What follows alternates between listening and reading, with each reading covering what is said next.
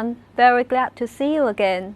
In the previous lesson, we have covered the development of follicles and primary sex hormones in the female.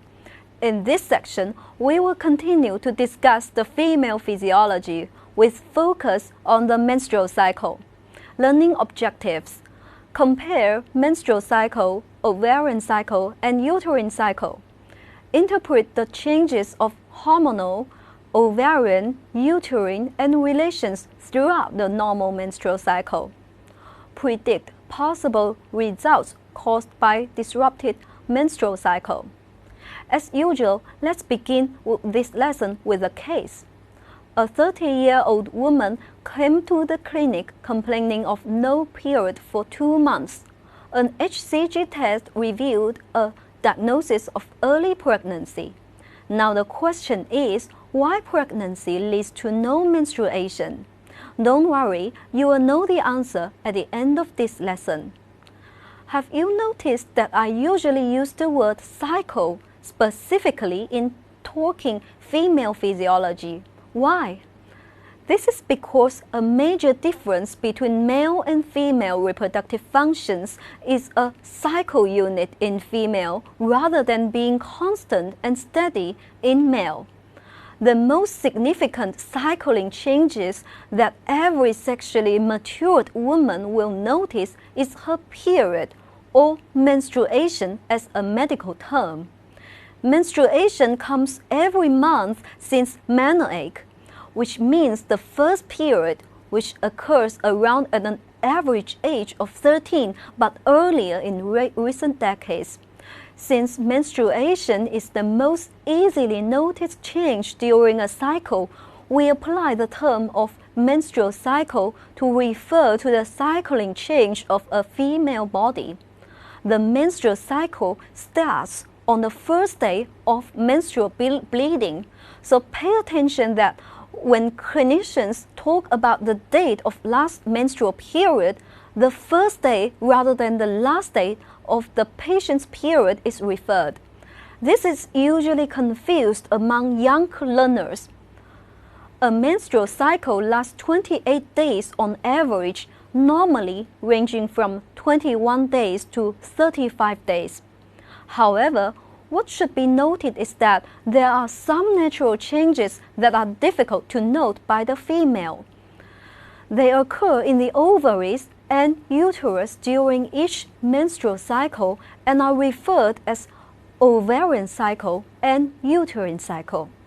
Now let's first see what events have taken place sequentially in the ovaries during the menstrual cycle. In the last section, we have learned that a cohort of follicles develops and only one follicle finally matures and ovulates in each cycle. This period is called follicular phase, which makes up the first part of the ovarian cycle. After ovulation, the corpus luteum forms with both estrogen and progesterone secreted. This period is called the luteal phase, which usually lasts 14 days, making up the second part of the ovarian cycle. While the duration for follicle to grow and mature is variable among different individuals or even different cycles of an individual, the lifespan of the corpus luteum is relatively constant among population. Thus, the cycle length is largely dependent on the length of the follicular phase, while the luteal phase usually remains 14 days long.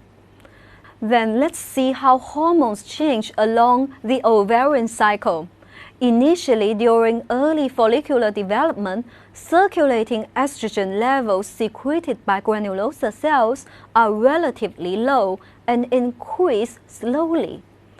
As the follicle grows up, especially markedly about 1 week before ovulation, levels begin to increase rapidly and exert a positive feedback on the pituitary, finally leading to LH surge and ovulation. After this peak, there is a marked fall.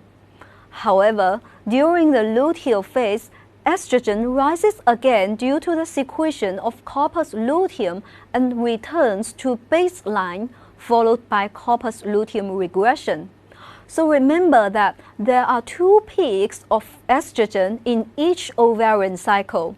One is in the follicular phase to induce LH surge, and another is in the mid-luteal phase due to corpus luteum secretion. Progesterone is simpler in that there is just one peak during the ovarian cycle. In follicular phase, progesterone is constantly very low. It gradually rises after ovulation and peaks in mid-luteal phase due to the secretion of corpus luteum. When estrogen and progesterone decline followed by corpus luteum regression, their inhibitory effects on LH and FSH are attenuated, leading to start of a new ovarian cycle. Due to hormone changes, the uterine endometrium also undergoes different stages along the uterine cycle. Menstruation clinically marks the beginning of the menstrual cycle, and it is referred to the menstrual phase in the uterine cycle. Following menstruation, increasing estrogen secreted by granulosa cells in the ovary stimulates the endometrium to proliferate.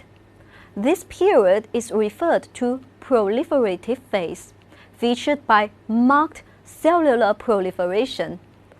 The epithelial lining, the endometrial glands, and the connective tissue of the stroma are all growing. However, lumens of the endometrial glands are straight and narrow. Following ovulation, progesterone predominates, transforming the uterine lining from proliferative phase to secretory phase, which is featured by significant glandular secretion.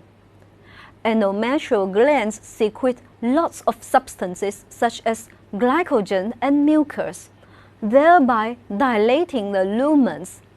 In contrast, cellular proliferation is rare. If pregnancy does not occur, corpus luteum begins to regress, followed by gradual decline of estrogen and progesterone level. The endometrium then undergoes involution and menstruation occurs. Now you know why pregnancy leads to cease of menstruation. The sustained function of corpus luteum secretes a large amount of progesterone, thus preventing the endometrium lining from shrinkage and bleeding. Finally, let's summarize our section today. A menstrual cycle in female refers to natural changes that occur in the ovaries and uterus each month. Ovarian cycle is composed of a follicular phase for the first part and a luteal phase which generally lasts 14 days. Uterine cycle is composed of proliferative phase, secretory phase, and menstrual phase.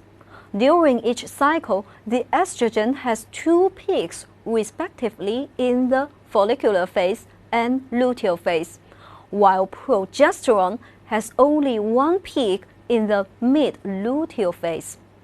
Here are the references for this lesson, and this is the end of the reproductive physiology. Thank you very much.